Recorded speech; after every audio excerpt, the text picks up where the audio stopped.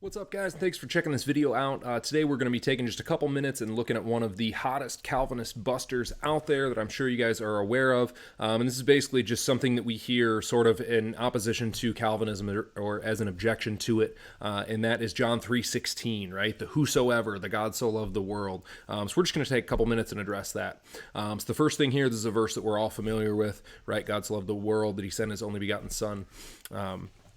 So the first thing here that people are going to object to is the use of the word world. So they're going to say God so loves the world. This is true. If Calvinism is true, then God doesn't really love the world. He just loves the elect, right? So there's kind of seen an incompatibility there. But the word world here, depending on which commentator you like, has up to 12 different meanings within the New Testament. So for example, in John 12:31, the word world is used to describe the system, right? It's a system that is contrary to God, hostile to God. John 7:7, it's humanity minus the believing. John 13:1, it's the physical earth, right? So this is just a few examples of the way that the word world is used. And it's a really big problem if people want to say, well, world always means the same thing, right? World means world.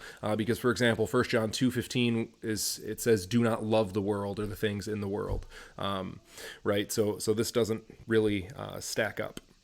Clearly and obviously, world has different meanings depending on the context.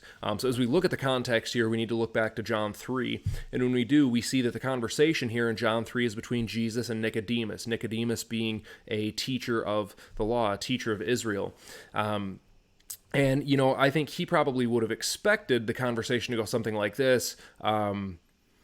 God so loved Israel that he sent his only begotten son, right? This is probably would have been something that Nicodemus would have expected him to say. But when Jesus said God so loved the world, I think he really blew his mind there. So I think this is how world is being used here as something that says not just Israel, but also not Israel, right? So it's beyond Israel is really the definition there.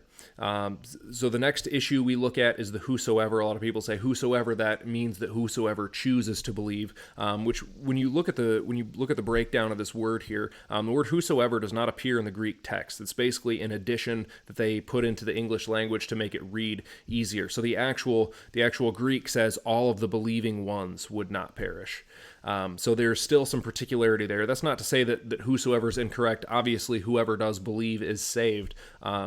But again, to base an argument on a word that doesn't even exist in the Greek sentence, I think is a little weak. So again, it's not actually whosoever in the Greek, it is all the believing ones. Again, there's particularity there. So absolutely we want to affirm God does love the world. Absolutely we want to affirm that everyone believing is saved. And when we put all this together, we see that this is in no way a valid objection, refutation of Reformed theology. Rather, it's perfectly consistent with that. God loves the world. Whoever believes is saved. God is glorified. All right, thanks for checking this out. I'll hit another one up soon. Thanks.